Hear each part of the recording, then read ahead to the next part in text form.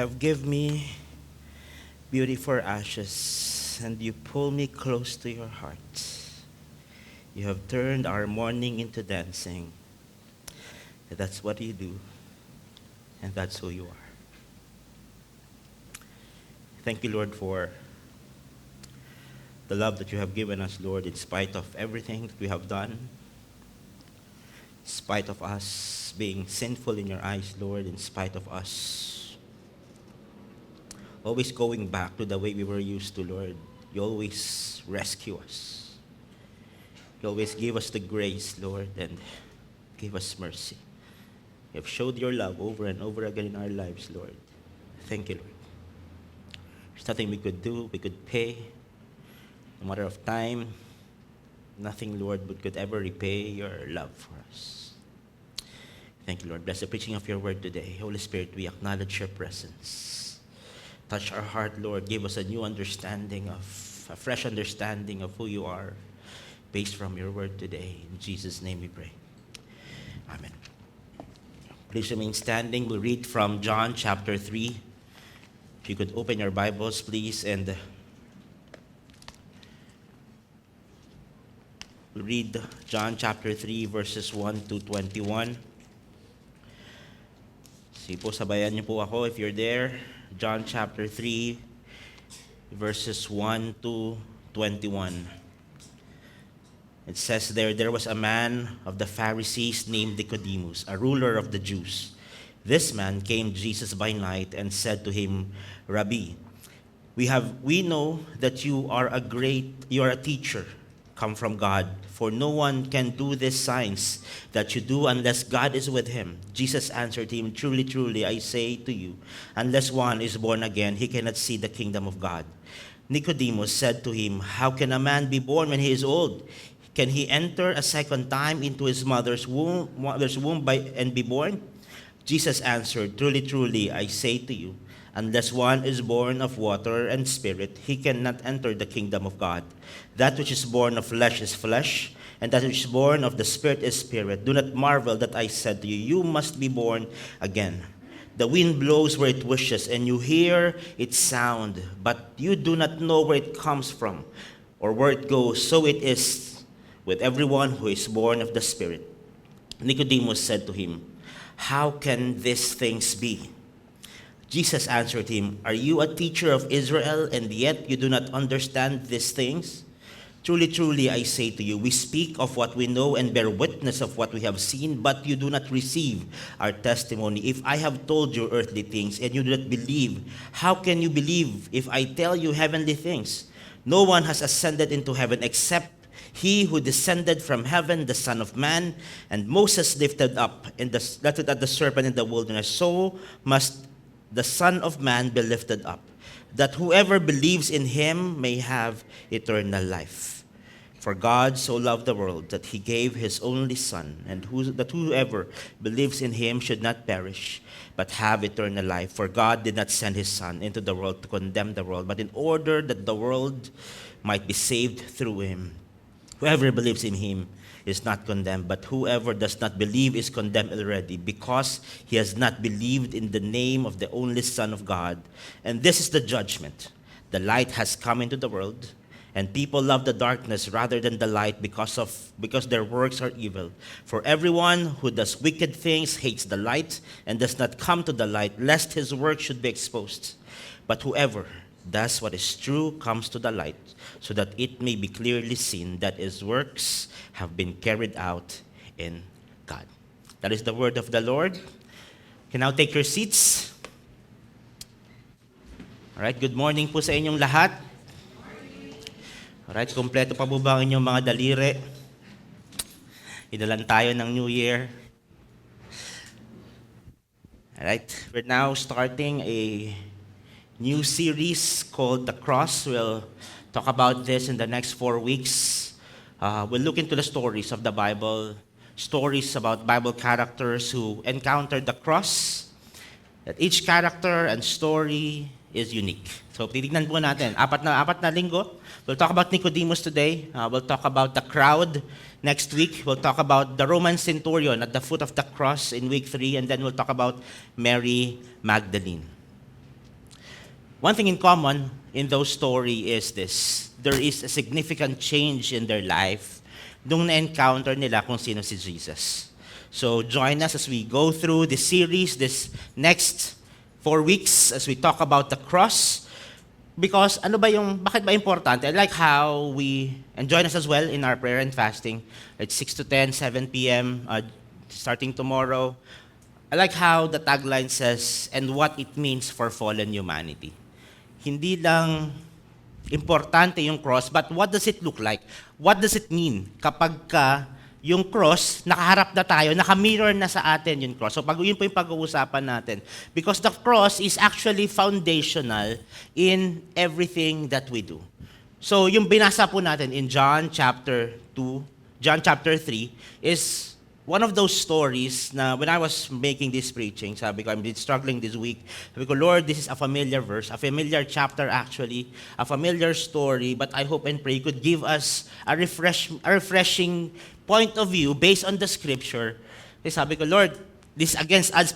Yan po yung problema ng isang preacher kapag familiar yung story. Usually kasi naranasan ko po umupo sa upuan niya, di ba? Yung alam ko na to. Alam ko na 10 pa itong preaching na to. May ganun tayong mindset, I hope and pray. As we look into the story of Nicodemus and Jesus. Let's talk about John chapter 3, verse 6. Leslie said it a while ago. Diba? Kahit siguro if you've been a Christian for a very long time or kahit a short time, no? John 3:16 really rings that. Alam ko yan. Alam ko yung John chapter 3, verse 16. And this is familiarity in the scripture, the familiarity in that verse that brings that I pray that it could help us bring more understanding into the text na binasa natin. The story of Nicodemus actually reinforces the whole theme of John. Every time, yung ilang beses nung nabinasa natin yung John chapter 3 verses 1 to 21, how many times we have read the kingdom of God? Diba? Ang daming beses, yung kingdom of God, kingdom of God.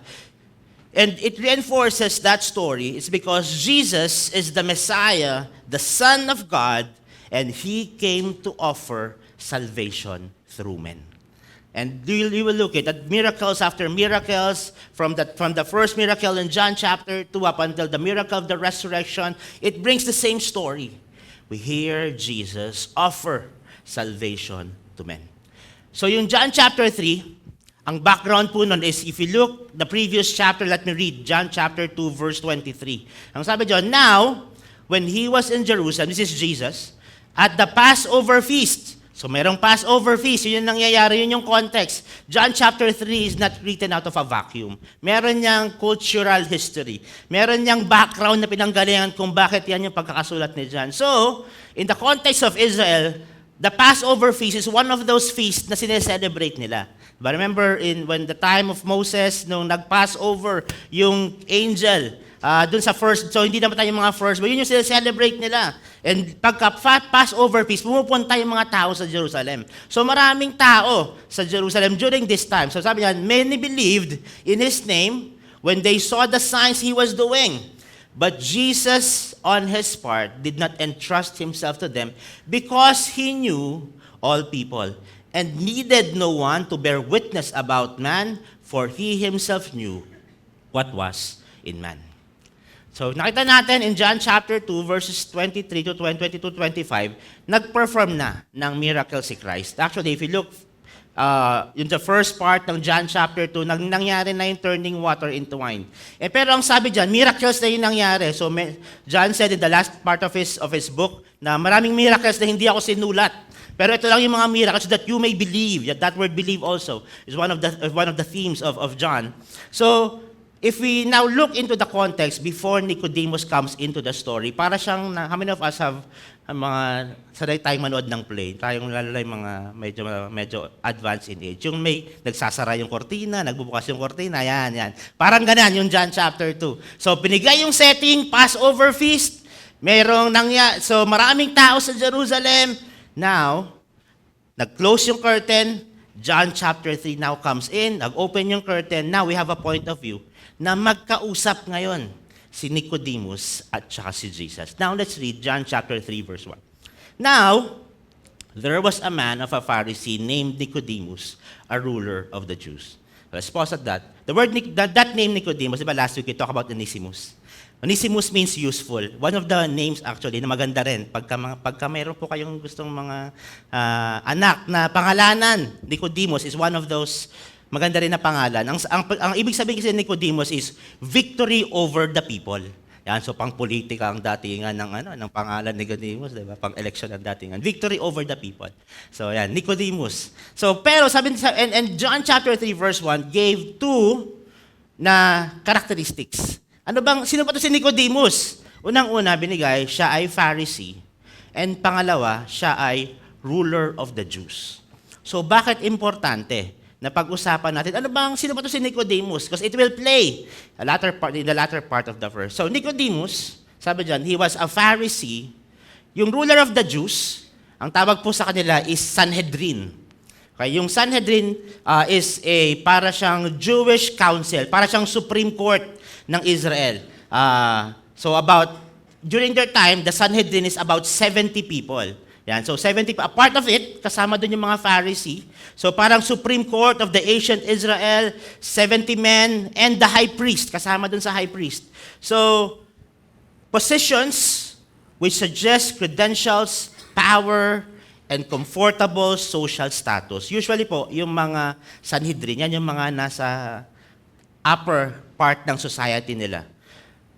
If you look at Numbers chapter 11, siguro dun siya kinuha. Kasi sa Numbers 11, di ba, inutusan ni Lord si Moses, sabi ni Lord kay Moses, bring me 70 Israel's elders who were known to you as leaders and officials among this people. Maybe dun kinuha yung Sanhedrin. So 70 sila. So he is a member of Sanhedrin. Pangalawa, he's a Pharisee. Pharisees were influential people sa society ng Israel. It's actually a part of a religious sect within Judaism na ang nangyayari po, yung acceptance nila into tradition, yung acceptance nila into the written word of God. So mga memoryado to ng mga Torah. Yan, memorize nila ang Torah. Memorize nila kung saan nahanapin, anong chapter, anong verse pag sinabi. Memorize nila. Kasi nga, part ng buhay nila yon. So kasama sa mga teaching nila, ino-observe, strict observance. Talagang by checklist ang mga Pharisee. By checklist, so ino-observe na about 600 laws in the Torah, including rituals concerning ceremonial purification, lahat yon. Kaya pag makikita mo yung dyan, nagsabat, nag-miracle si Lord ng sabat, yung mga Pharisee nandyan na naman, bakit ka ng sabat? Di ba bawal magtrabaho ng sabat? Yon, sila yan. Sila yung QA, yan, quality assurance. Bawal gawin yan, di yan nakasulat. Bakit mo ginagawa yan? Hindi yan nakasulat. Ito, hindi mo ginagawa nakasulat. So, sila yan, yung mga Pharisee. These Pharisees, hindi po sila Levites. And there are actually there are businessmen and leaders of the synagogue. Yan. So, sila yung mga nasa upper part ng society. So, Nicodemus, yun yung niya. Pharisee, so mayaman yan, businessman, tapos leader of the synagogue, tapos part pa siya. So, hindi lahat ng Pharisee, part ng Sanhedrin. So, but Nicodemus is one of those people from the Sanhedrin. So, meaning, not only he is well-known, he is also has power, comfortable lifestyle, tas mataas ang kanyang social status. So, yan si Nicodemus. Now, verse 2 comes in. This man came to Jesus by night. Now, if you read in the scripture, bakit gabi? Bakit hindi pa pwedeng tanghali at umaga? Di ba? Masarap mag-usap pagka umaga. Isipin mo, wala pa pong Meralco noon. So, madilim to. Di ba? Gasera lang ang meron sila dito. Di ba? So, isipin mo, it's very uncomfortable. Yes, malamig siguro. Malamang nasa upper room yung mga yan. Pero bakit by night? Why did he came under the cover of darkness? Bakit kailangan? There are two things. Bakit kailangan? Una, gusto niya daw ng uninterrupted interview. Yan, exclusive. Gusto ni Nicodemus ng exclusive kay Jesus Christ. Remember, maraming tao during this time, di ba? Kasi nga, Passover feast, so maraming tao. So gusto niya ng exclusive. Or, pwede rin, remember, Sanhedrin siya. Tapos, remember, Pharisee pa siya. So him coming to Jesus in darkness, kumbaga parang ano 'di ba, parang CIA yung nag-uusap sa mga sikretong mga lugar ba, parang ganon. Maybe he was afraid of the implications of associating openly in conversation with Jesus. Pharisee ako, part ako ng Sanhedrin. Remember, Jesus in John chapter 2, ito yung tinaob niya yung mga table sa temple. Gumawa siya ng miracle, tinaob niya na yung mga sa temple. So parang secret conversation, secret meeting with Jesus. So rather than risk a disapproval. Bakit to si Nicodemus nakikipag-usap kay Jesus? Sanhedrin to, di ba, Pharisee, bakit to nakikipag-usap? Kahapon lang nagkagulo sa temple si Jesus, binaliktad yung mga table. Anong nangyayari? So, imbis na para walang ganong conversation, Nicodemus wanted to come to Jesus in the cover of darkness. Because Jesus, during this time, John chapter 3 pa lang, he was already unpopular with the Pharisee. So meron nang sumisita sa kanya during this time. Ngayon, so ito yung conversation in verse 2. Sabi niya, Rabbi, we know that you are a teacher, come from God, for no one can do these signs that you do unless God is with him. So Nicodemus understood na, okay, calling him Rabbi. Yan, it's an honorable name, teacher. Yan. So, teacher. So meaning may mga followers na si Jesus. So, Nicodemus recognized na, meron nang nagigain na ng traction yung ginagawa ni Jesus. May mga followers na siya. So, he called him now, teacher. He recognized na yung miracles na ginawa ni Jesus came from God. He recognized na, alam ko yung Torah. He recognized na maganda yung beginning ng conversation ni Nicodemus and ni Jesus. Then verse 3, Jesus answered him, truly, truly, I say to you, unless one is born again, he cannot see the kingdom of God. Have you noticed on the conversation, wala naman tinanong si Nicodemus? Diba? Sinabi niya, di ba, doon sa verse 2, tinanong niya lang, it's a plain conversation na, I recognize na you are a teacher. I recognize that yung miracles mo came from God. Tapos yun yung sinabi niya. Then Jesus here in verse 3, truly, I say to you, unless one is born again, he cannot see the kingdom of God. So parang, saan nang galing yan? Di ba kung ako yan? Saan nang galing yung sinasabi mo? But remember, in chapter 2, alam ni Lord kung anong nangyayari sa tao. Alam ni Lord, kaya niya, I don't want recognition from men. Kaya sinabi niya doon in chapter 2 na, hindi ko kailangan ng recognition ng tao. So, he knows the heart of Nicodemus. So maybe, it's just my conjecture, that Jesus' statement, doon sa sinabi niya, unless one is born again, he cannot see the kingdom of God, is an answer from the heart of Nicodemus. So at the heart of Nicodemus, meron na siyang gustong malaman. Kasi, bakit ka lalapit sa akin, gabi, Pharisee ka, Sanhedrin ka pa. So, meron kang gustong malaman. Meron kang gustong itanong. So, si Jesus ngayon, pinangunahan na si Nicodemus. He knows the heart of man. What can we see in this picture? God knows your hearts too. God knows your hearts too. So, this conversation, yung John chapter 1, 1 to 3, is a conversation of, yung hindi mo pa, yung parang, minsan nahihiya tayo lumapit kay Lord, tama ba? Lord, hindi ako karapat dapat na lumapit sa'yo. Lord, hindi ako worthy na lumapit sa'yo. But this verses is telling us, na alam na ni Lord kung anong nasa puso mo. Alam na ni Lord kung anong nasa puso mo. So if you have prayers later, you could go po sa likod, write your prayer request or your faith goals for this year. Write it down. We'll then tape it dun po sa tarpaulin sa likod. And then we're gonna pray for it this week. We're gonna pray for it together as a church. Because yun talaga yung heart ni Lord eh. Because alam niya yung nasa puso natin. And sabi niyan, unless one is born again, he cannot see the kingdom of God. So nandiyan na naman yung kingdom of God. Kingdom of God is the central theme in the book of John. So So although the book of John, all throughout the book of John, the kingdom of God is actually described in multiple ways. So pag binasa po natin yung book of John, that kingdom of God, we can see it, it's a spiritual, it's present, it's future, it's messianic, rebirth. So maraming definition, maraming facet yung kingdom of God. But that kingdom of God is saying, remember, alam ni Nicodemus yung Torah. Kasi nga Pharisee siya. Alam niya yung 600 plus laws. Kailangan mo itong sundin. Alam niya yon. And yet, Jesus is saying, unless one is born again, he cannot see the kingdom of God. Now, he is quoting that kingdom of God. He is quoting from an Old Testament.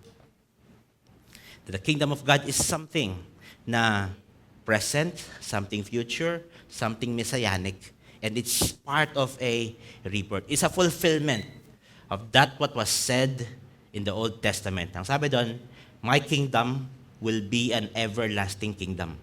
So it's a fulfillment. So sinasabi na ni Lord na ito na yung fulfillment ng Old Testament. That word, born again, is one of those words na it's been watered down all throughout the years. Diba? Usually, pagka ng mga pinanganak tayong mga lumaki ng 90s, diba? Anong religion mo? Yan ang sagot. Anong religion mo? Pag Christian ka, born again po ako, diba yan? So, but what does it really mean to be born again? What does it really mean? That word, born again, came from the Greek word anathen. Yan yung Greek word niya. It's actually being translated as well as born from above. So parang, unless one is born again and born from above. So, gano'n yung ibig sabihin ng wordings na yan, ng Greek word na yan. But the translator just can choose one over the other. But it could be both. And Nicodemus was saying, and Jesus was saying here, unless one is born again, he cannot see the kingdom of God. You know what truth Jesus is saying to Nicodemus? This is something we cannot do ourselves. Being born again is not something we cannot do ourselves. So parang nagbibigay na ng crumbs, ng clues yung writer. Nagbibigay ng crumbs and clues si Jesus Christ. And you can see it all over the story. Sino dito yung may kinalaman ka nung pinanganak ka? Yung may desisyon ka? Meron ba dito? Yung, hindi, kailangan, ganito ako ba? Lalaki ako pag pinanganak ako. I mean, ikaw yung nag-decide. Or anong araw ka pinanganak, ikaw nag-decide. Meron ba dito? Meron tong ikaw yung may kinalaman. Wala, di ba? Tama? Wala. And Jesus is saying to Nicodemus, ikaw din, you being born again, wala kang kinalaman dyan. Wala kang kinalaman. Bakit dun nag-start si Jesus? Because Nicodemus is a Pharisee. May checklist yan, yung mga Pharisee. Ito yung mga kailangan gawin. Ito yung mga kailangan gawin at hindi kailangan gawin. So meaning, because Nicodemus was saying, because I am following these laws, because I am following a checklist, I'm obeying to the letter and to the law, okay ako kay Lord. Okay ang relationship ko kay Lord. But Jesus is saying, unless one is born again, new birth is an act of God whereby eternal life is imparted to the believer. It's actually not the first time that Jesus said it, or John said it actually. John chapter 1, verses 12 to 13 says, but to all who did receive him, who believed in his name, he gave them the right to become the child of God. So, ando na naman yung, believe, and then receive, and then become. Diba sabi doon, receive, but all who receive him, believe in his name, he gave the right to become the child of the children of God, who were born not of the blood, nor of the will of the flesh, nor of the will of man, but of God. So God is giving crumbs. John is giving crumbs to the readers of this story. Na, wala kang kinalaman dun sa pagkakapanganak natin. So same thing, I'm giving you, as Jesus saying to Nicodemus, I'm telling you the same thing. He's telling Nicodemus that being born again is a drastic, like birth, that change has to be total. That there should be total change. Diba? Yun nga yung sinasabi na, anong kinalaman natin nung pinanganak natin? Na parang, gusto ako bang mag-decide kung kailan ako pinanganak at anong oras? Diba? Wala naman tayong kinalaman doon. Wala tayong contribution sa panganak na, nung nilabas tayo ng ating mga nanay natin. Same thing with our relationship with God. Same thing with us being born again. Wala po tayong kinalaman doon. Let's look at the next part of the verse. It says there, Nicodemus said to him, "How can a man be born when he is old? Can he enter a second time into his mother's womb and be born?" So Nicodemus here, alam mo yon, yung matalino tong taon to eh. Pero yung alam mong may conversation sila na yung parang sa magulang natin na papunta ka pa lang, pabalik na ako. Then anong sagot ng anak? Bakit di tayo salubong? So parang ito na, conversation na to. So isipin mo, yung Jesus was saying, you need to be, unless a man is born again. So sabi ni Nicodemus, hindi naman pwedeng ipanganak ako uli kasi nga matanda na, di ba? So parang ganun yung conversation. So pwede, out of ignorance, pero mukhang naman sigurong hindi. Pwedeng his question, but I think his question is saying, you cannot teach old dogs new tricks. Yan. So parang ganun yung conversation. Nicodemus maybe did not understand Jesus or the truth about new birth. But he knows Jesus is giving an earthly illustration to make a spiritual point. Yan. So kinikwentuhan na ni Lord si Jesus. Yan, I know someone na gano'n. Yung kikwentuhan ka lang, may conversation, di ba? Magkikwentuhan lang kami. Tapos hindi ko namamalaya, napapagalitan na ako. May ganong tao, parang alam mo yun, parang nagpaparable, di ba? Parang yun yung pagkakamali ko last time, na pinapagalitan mo lang ako, Pero nagkuusap lang naman kami, walang conversation. Ito yung maling ginawa mo, ito yung nangyari, walang ganun. Pero pagka gets mo, pinapagalitan na ako nito. Yan, so parang ganito yung ginawa ni Jesus kay Nicodemus. Di ba? Na, Pharisee ka, Sanhedrin ka, alam mo ang buhay, alam mo anong checklist, alam mo yung kailangan gawin para magkaroon ng relationship. But Jesus is saying to Nicodemus, walang part yan. Hindi yan kasama. Nicodemus knew na Jesus is making an earthly illustration to present a spiritual truth. From the point of view of Nicodemus, hindi. Kailangan checklist.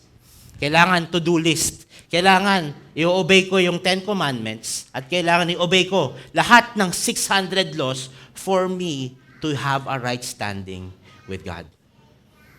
Tapos, the next verse is saying, Jesus answered, "Truly, truly, I say to you, unless one is born of water and of spirit, he cannot enter the kingdom of God."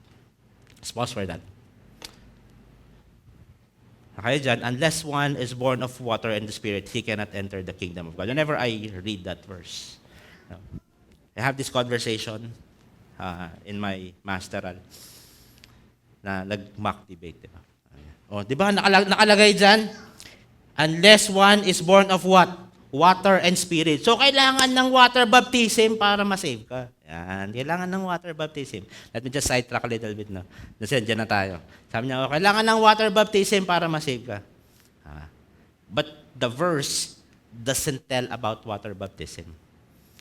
If you look closely, John chapter 3 doesn't even talk about water baptism. So what does it mean? Anong ibig sabihin ng being born of water and of Spirit? Jesus now know his audience. He know Nicodemus.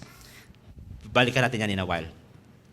Kasi in John chapter 3 verse 6, ang sabi niya, that which is born of the flesh is flesh, and that which is born of the Spirit is spirit. Do not marvel, I said to you, you must be born again. And then in verse 8, the wind blows where it washes, and you hear its sound, but you do not know where it comes from or where it goes. So it is with everyone who is born of the Spirit. So si Jesus kaya dire-diretso na. Ito yung kailangan gawin. Ito yung you need to be born again. So paulit-ulit yung born again. Napansin niyo, paulit-ulit yung born again. Paulit-ulit yung born of the Spirit. Paulit-ulit 'yon. In the verses. And then in verse 9, Nicodemus, ito na naman, parang previous verses. How can these things be? So ngayon, parang si Jesus. Hindi mo magets yung story, Then Jesus said in the next verse, are you a teacher of Israel and yet you do not understand these things? Isipin mo, Jesus knew his audience, Jesus knew his Sanhedrin, a Pharisee, knows the Torah, knows the scripture, knows the law, and yet Jesus is actually quoting from the Old Testament, saying Old Testament truth, bringing in New Testament understanding. Whenever we read the Bible, yung Old Testament, how many of us have difficulty reading the Old Testament? Yes? Huwag po kayong makondem. It's part of it. And how many of us, pag New Testament, okay, gets ko. Medyo familiar, medyo gets. Tama? Yes? But here's the thing. The Old Testament is the New Testament concealed, and the New Testament is the Old Testament revealed. So yung Old Testament is actually pointing to the New Testament, yet it's concealing himself. And now when you read the New Testament, you will see truths from the New Testament. Galing to sa Old Testament. One of those is actually in these verses. So ito yung summary ng conversation nila. Sabi ni Jesus, unless one is born of water and spirit. In verse 6, born of flesh is flesh. In verse 7, and that which is born of the Spirit is spirit. The wind blows where it wishes, and you hear its sound, but you do not know where it comes from or where it goes. So it is with everyone who is born of the Spirit. Diba in the previous verse, sabi niya, teacher ka pa naman, di ba? Part ka pa naman ng Sanhedrin. You're supposed to be an Old Testament expert. Pero hindi mo alam kung anong sinasabi ko. You do not know salvation, you do not know being born again. You do not know that salvation is not a matter of something you do. It's a matter of what God does. So now, inikot na ni Lord yung conversation. Now, tables have turned. Jesus now confronted him. Face to face. Kinonfront niya na, di ba dapat ikaw ang memorize? Di ba ikaw alam mo yan? Bakit? When he said, unless one is born of water and spirit, he is actually quoting Ezekiel chapter 36, verses 25 to 26. Let us read it. Sabi diyan, I will sprinkle clean water on you, and you shall be clean from all your uncleanliness. So, yung illustration ni Lord na water, in John chapter 3, unless, di ba, you are born with water and spirit. That word water is a illustration from the Old Testament. Kasi po, yung tubig, scarce ang tubig doon sa Israel. So yung tubig, ginagamit lang nila yan pang-clean sa sarili nila. Yan, sa mga paa, sa mga kamay. Yan. Yun yung tubig, yun yung gamit ng water. Sabi niya, pero if you notice, Ezekiel 36:25, tignan nyo yung mga I will. Ilang beses inulit. I will sprinkle clean water on you, and you shall be clean from all your uncleanness, from your idols. I will cleanse you. I will give you a new heart and new spirit. I will put within you, and I will remove the heart of stone from your heart of flesh, and give you a heart of flesh. In verse 37, I will put my spirit within you, and I will. Walang I will doon, pero it's, gets naman natin na, and will cause you to walk in my statutes and be careful to obey my rules. Napansin niyo yung story? When Jesus was saying to Nicodemus, you need to be born of water of the Spirit, he is saying this truth. Being born again is purely God's work. He was quoting Ezekiel, saying, I will. Si Lord yung magbabago ng puso. Si Lord yung mag-cleanse sa'yo. Si Lord yung gagawa na itong mga to. At kapag ka gumagawa ka na ng tama, si Lord pa rin yung magpapadala ng mga bagay na yun. So right there, from the moment of us being saved, right there, from the moment of us, naintindihan na natin kung sino si Lord, up until mamatay tayo, o bumalik na si Lord, lahat yun wala tayong kinalaman. lahat yon si Lord ang dahilan. That's why, sabi niya, if you are not born again, that word again, born again, the flesh will produce flesh. Yun yung second conversation in verse 6. The flesh will produce flesh. You must be born again. So, like Jesus is saying, dapat hindi ka shocked. Dapat alam mo na to. You're supposed to be a teacher of the law. You're supposed to be a teacher in Israel. You should have known this. Then in verse 6, actually, Jesus is quoting Genesis chapter 6, verse 3. He says there, then the Lord said, my spirit shall not abide in man forever, for he is flesh. When he was saying the flesh will become flesh, Job was saying, what is man that he is pure or he is born of a woman or that he is righteous? He should not be righteous. The psalmist even said, I was brought forth in iniquity, my sin in my mother's womb. Isipin mo yung, nandun pa lang tayo sa sinapupunan ng nanay natin, makasalanan na tayo. That truth na akala ni Nicodemus is a checklist of something he needs to do for him to have a right standing with God.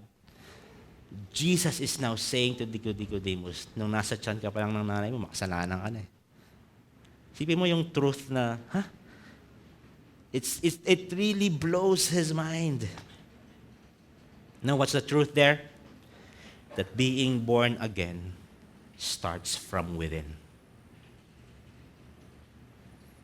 Yung us, being born again, nag-start po yan sa loob ng mga puso natin. The verse doesn't say that, but it starts from within. And remember, these Pharisees, affected sila kapag fasad yung nangyayari. Oy, wag mong gawin yan, hindi yan nakasulat. But they don't look into the heart. But Jesus is saying, kung anong nangyayari sa labas is just a part of yung nangyayari sa loob mo. How many of us is ito yung sabi ng mga psychologists. Malalaman mo ang laman ng puso ng tao sa dulo ng buhay niya. Sa dulo ng buhay niya. Remember when Stalin was yung sa Russia, and he was about to die. He clenched his fist, put it in the sky, just like yung galit sa puso niya nandun pa din. Yung galit sa puso niya nandun pa din. And ito from psychologists na kapag ka mamamatay ka na in biglaan, makikita ng puso mo. Malalaman mo kung anong laman ng puso mo dahil magagalit ka. Sabi niya, if you are at peace with yourself, you have that right understanding of who God is, it will show. Kapag anger ang nasa puso mo, kapag kagalit ang nasa puso mo, kapag unforgiveness ang nasa puso natin, kapag deceit ang nasa puso natin, guess what? It will always show from the outward. That's why being born again starts from within and then flows out into what we say, into what we do. That's what Jesus is confronting Nicodemus here. Unang-una, born again is purely God's work. Pangalawa, being born again starts from within. Then that conversation, yung sabi niya, which is born of the Spirit is Spirit. In verse 6, the wind blows where it wishes, as you hear sound. You know what he's saying? Now Jesus is giving a physical na illustration. Remember, itong Israelite, sanay ito sa ang normal na trabaho nila, mangingisda.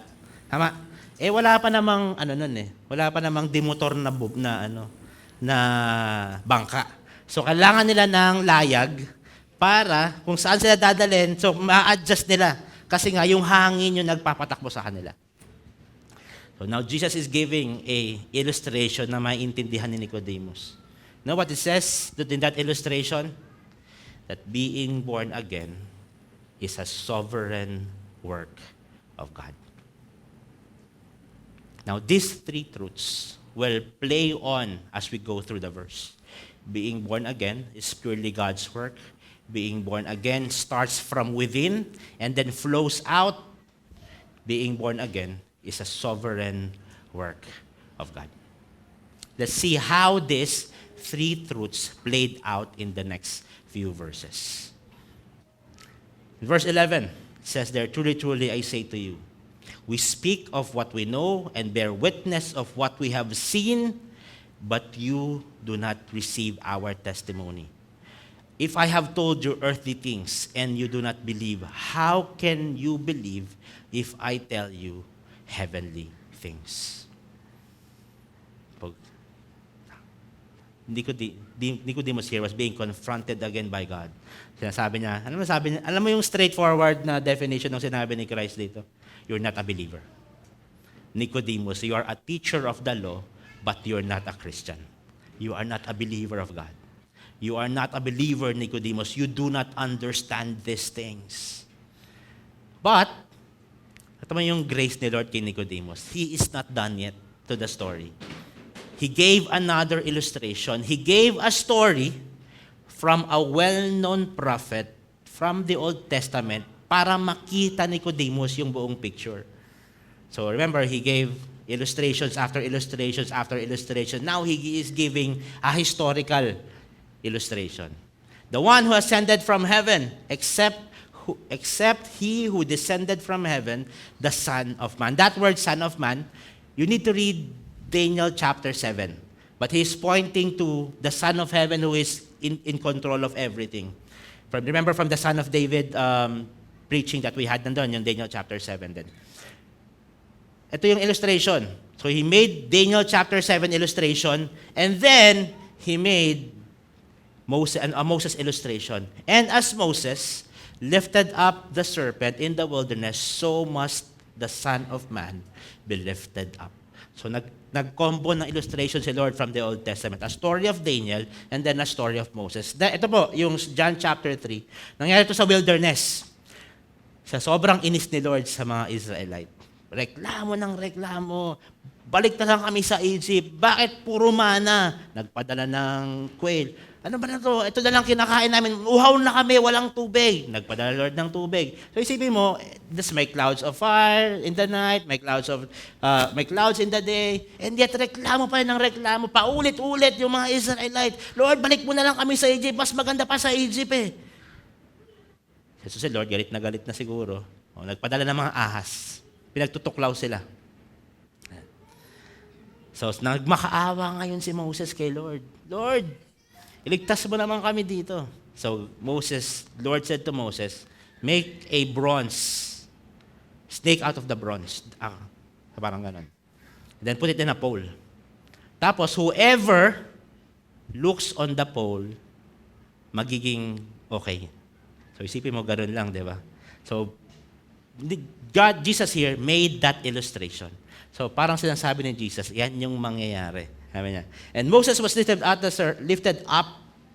serpent in the wilderness, so must the Son of Man be lifted up. So Jesus is giving clues and crumbs again. The Son of Man, ganun din yung mangyayari sa Son of Man, which is claiming to be Himself.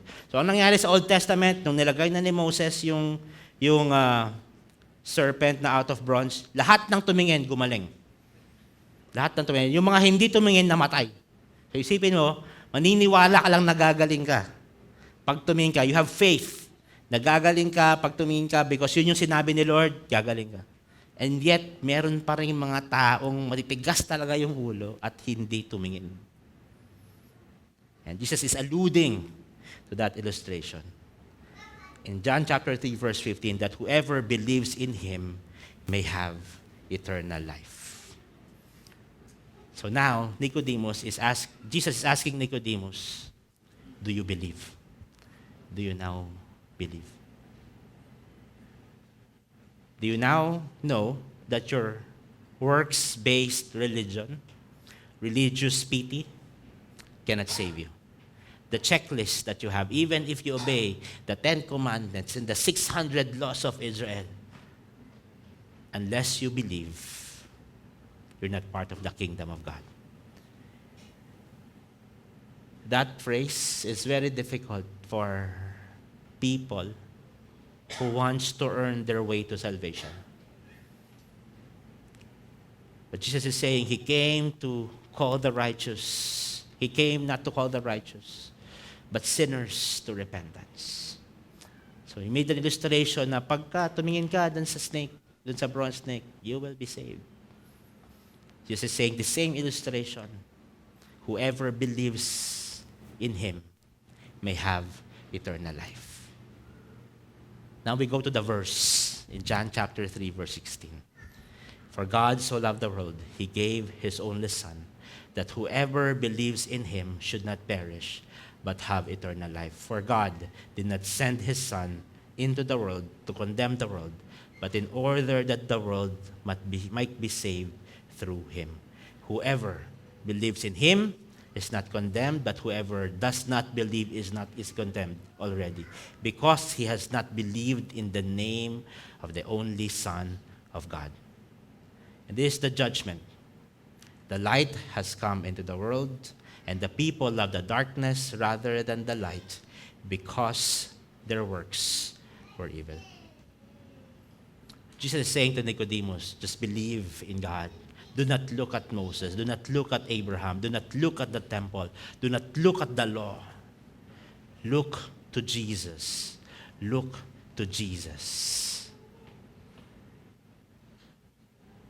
Anong word yung nakita niyang paulit-ulit na sinabi? That word, believe. In verse 12, 2 times. In verse 15, in verse 16, in verse 17, in verse 18. Verse 17 says that salvation comes through Him to the one. In verse 18 says, who believes, you cannot earn our salvation. That's why in verse 20 it says there, for everyone who does wicked things hates the light and does not come to the light, lest his works should be exposed. But whoever does what is true comes to the light, so that it may be clearly seen that his works have been carried out in God. That's the end of the story of Nicodemus. So isipin mo, ito na naman tayo. Walang ending yung story. Anong nangyari kay Nicodemus after? Anong conversation after? Pag nabinasa nyo po yung verse 22, nagpalit na ng session, nagpalit na ng setting, nagpalit na ng timeline yung dyan. The story of the encounter of Nicodemus and Jesus ends with verse 21. So the question is, what happened? But Jesus left verse 21. Yun yung last na conversation. Whoever does what is true comes to the light, so that it may be clearly seen that his works have been carried out by God. Now the question is, did he believe? Tapos nag-close yung curtain. You read further, John chapter 4, John chapter 5, John chapter 6, John chapter 7. Nag-open yung curtain. Nicodemus, nagkaroon naman ng nangyayari. In John chapter 7, nagmimiracle na si Lord, diba? Galit na yung mga tao. Yung mga tao litong-lito na. Ano ba to? Nagmimiracle na to. Sa Diyos ba to? Si Satanas ba to? Si Moses ba to? Si Abraham ba to? Si Elijah ba to? Sino ba to? Sabi niya, siya yung Son of God. Sabi niya, siya yung Son of Man. And yet, hindi namin alam kung anong gagawin. So, nagkakagulo na sa Israel. And then sabi niya, the officers came to the chief priests and Pharisees who said to them, why did you not bring him? So, bakit nagkakagulo na pala? Bakit hindi yung dinala sa amin? And the officers answered, no one ever spoke like this man. The Pharisees answered them, have you also been deceived? Yung mga Pharisees, nakasama ni Nicodemus. Have any of the authorities of the Pharisees believed in him? But this crowd does not know the law is accursed. So hindi alam ng mga crowd kung ano yung law. So hindi nila alam kung anong gagawin. So sabi ng mga Pharisees, ba't hindi nyo dinala sa amin? Hindi nga namin alam kung anong gagawin. In verse 50, Nicodemus, who had gone to him before and who is one of them, said to them, does our law judge a man without first giving him a hearing and learning what he does? And they replied, are you from Galilee too? Search and see that no prophet arises from Galilee. So now, Nicodemus, he was now challenged. Nagkakagulo. Yung mga Pharisee, now he stood up. Sabi niya, di ba? Based from our law. So hinugot niya ngayon yung law. Based from our law. Kailangan magkaroon ng, marinig natin sila. Marinig natin siya to give him a fair trial. So now, siyempre, galit na galit. Yung mga Pharisee, di ba? Sabi niya, hindi mo ba alam na also, from history, from the books, no one comes out good from Galilee. Hindi mo ba alam, taga-Galilee ka pa naman? It's the next encounter of John. Doon sinulat niya si Nicodemus. So meaning, Nicodemus in John chapter 3, he was just curious of who Jesus Christ is. He wants to know. Meron curiosity about who Jesus Christ is. And now, Nicodemus and Jesus in John chapter 3 verse 21, sabi doon, you need to come to the light. And that's what Nicodemus did. From being curious to having a conviction. From being curious to having a conviction. Maybe ikaw yung tao na nandito ka pa lang sa curiosity side. Maybe ikaw yung tao na, I need to know more about who Jesus Christ. Tama ba yung sinasabi ng pastor na to? Tama ba yung binabasa ko sa Bible? Maybe you're from that side of the story. But I hope and pray, as Jesus encounters you, you have encountered who Jesus Christ is in your life. Na ipakita niya kung sino siya sa buhay niyo. I hope and pray that you will also move, just like Nicodemus, from you being curious to you have that conviction. Na ngayon, pagdating mo sa family mo, di ba, save ka, di ba sabi mo Christian ka, pray ka nga. Hindi na ikaw mag-pray, nagtuturoan pa, sino mag-pray? Di ba? Dahil nga Christian ka na, now you have that conviction in your workplace na hindi na ikaw yung nagkukuha ng pagkain sa rep. Kaya sabihin, yung office mate kong Christian, siya pa yung nagpiprint ng anak niya. Hindi natin ginagawa kasi we have that conviction already from our families. No, every time a gathering there should be a gospel presentation from us because we have that conviction. Pero hindi doon natapos yung story ni Nicodemus. So from being curious to having conviction. The last part of John, namatay na si Christ. Now, nakahang si Christ publicly in Golgotha at Mount Moriah. Two people asked for the body. John chapter 19, verse 38. After these things, Joseph of Arimathea, who was a disciple of Jesus, but secretly for fear of the Jews, have asked Pilate, and he might take away the body of Jesus. And Pilate gave him permission, so he came and took his body away. So, Joseph of Arimathea asked for the body of Jesus from Pilate. So, publicly na to. No? Tapos, halangan namang kunin mo yung body na hindi, di ba? Siyempre, kukunin mo yan ng kita ng lahat. Pero may kasama siya. Nicodemus, also who earlier came to Jesus by night, came bringing a mixture of myrrh and aloes about 75 pounds in weight. Alam mo kung gaano na kamahal yung in our value in today's money. Yung dinala ni Nicodemus, mixture of myrrh and aloes, 75 pounds in weight. You know how much it is in today's money? 11,600,000. Yun yung ginastos ni Nicodemus, 11,600,000 para kunin yung body at ilagay doon sa tomb, kung nasan yung tomb ni Joseph of Arimathea. So from being curious to having a conviction to now being committed. Kung hindi ka ba naman committed, gumastos ka ng 11 million, di ba?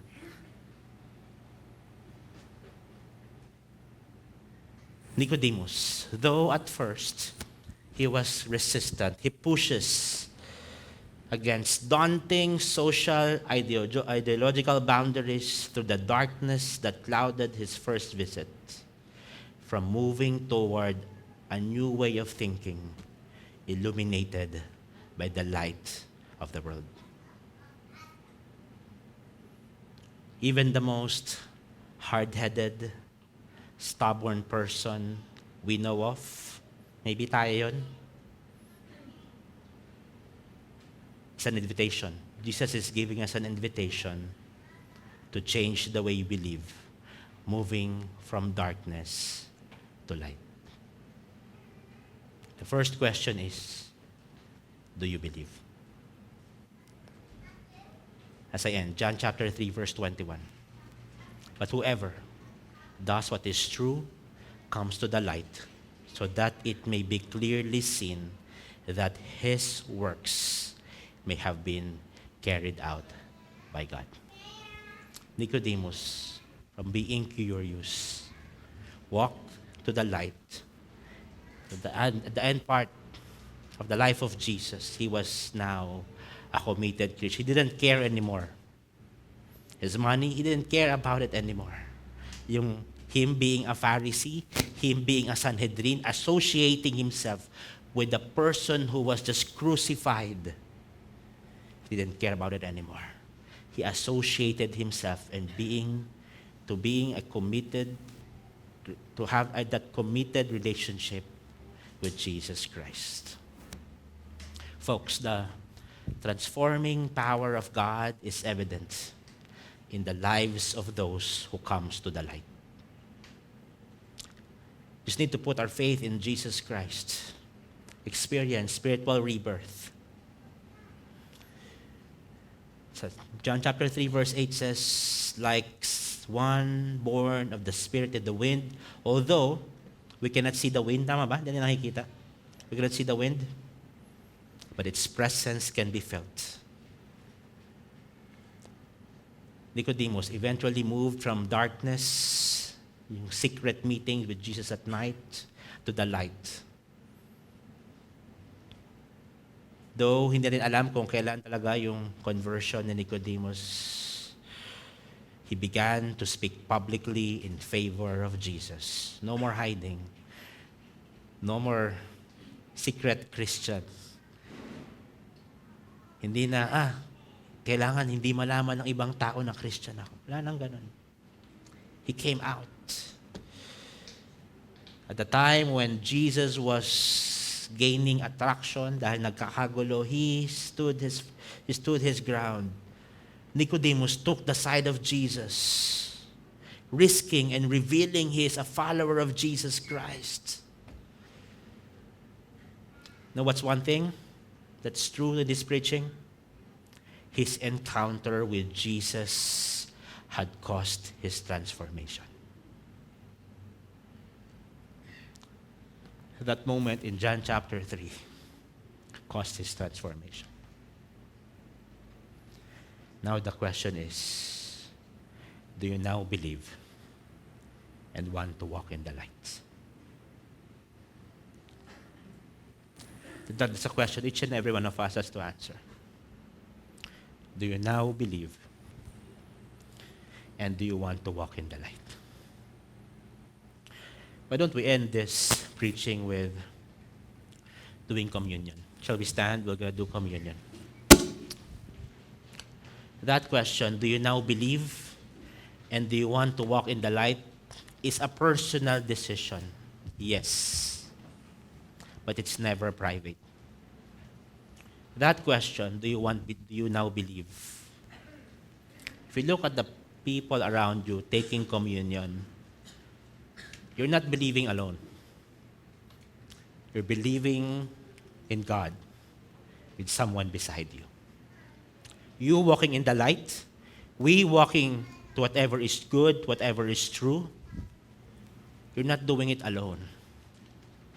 You're doing it with someone beside you. That's why we take the communion. It's a public declaration. Yes, Lord, I now believe and I'm gonna walk in the light together with these fellow believers at this church. Ito yung mga tao na tutulong sa'yo. Ito yung mga tao.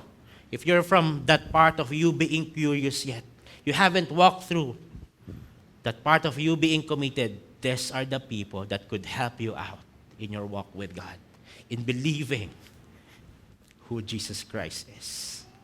And maybe you're struggling to walk into the light and says, Lord, hindi ko pa kaya eh. Hindi ko pa kayang malaman ng boyfriend ko na Christian ako, ng girlfriend ko na Christian ako. Hindi pa kayang malaman ng family ko na Christian ako. Hindi ko, Lord, malabas sa mga family ko, sa mga kaibigan ko. These are the people who could help you out to walk into the light as well. Yes, it's a personal decision, but it's not a private one. Together, as a church, we believe and walk into the light. Let's take our communion. Before partaking the communion, we need to understand that this is a sacrifice of the Lord Jesus Christ, made for the forgiveness of our sins and include us in a personal covenant with God.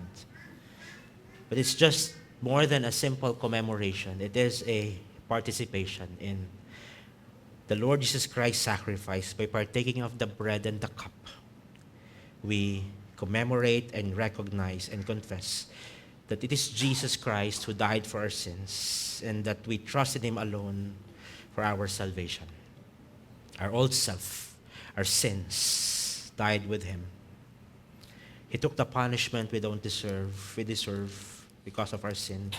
Because of His blood, we now confess our inclusion into the new covenant relationship with us. As I said, the sacrament of communion is for those who put their trust in the Lord Jesus Christ alone for the forgiveness of salvation. We do not trust in our own good works to earn God's forgiveness, but believe it is a gift freely given by God.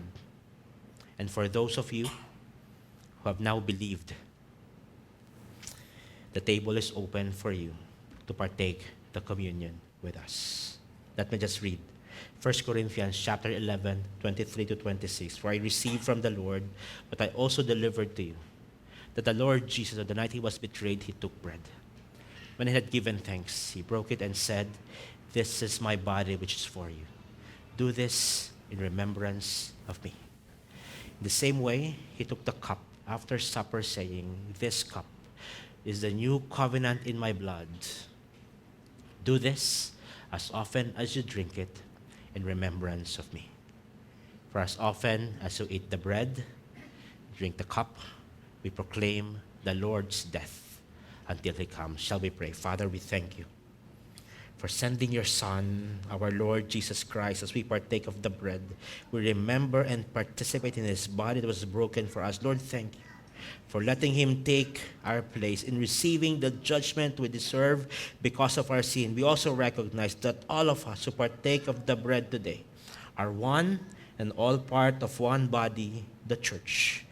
We also thank You for the blood of our Lord Jesus Christ. As we partake of the cup, we remember and participate in the blood that was poured out to cleanse us from all our sins. We thank You that through in faith in Him, our sins are forgiven. We could stand before Your presence without any guilt, without any condemnation or shame. We also thank You that through Your blood, we now confess a new covenant relationship with You. We can now call You our Father, and You have received us as Your beloved children. We thank You that we are also now part of this new covenant family, the church.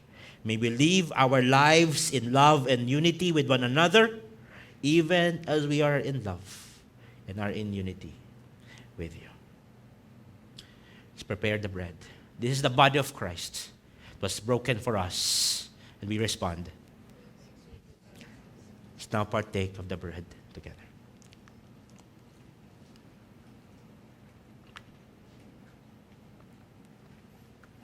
Let's prepare the cup.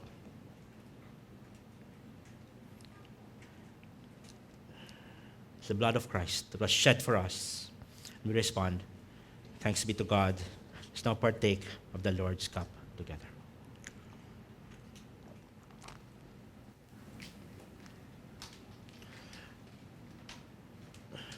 Let me just close in prayer. Father, we thank You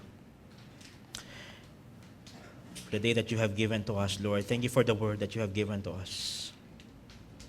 Lord, we pray that each and every one of us will have a life-changing encounter with you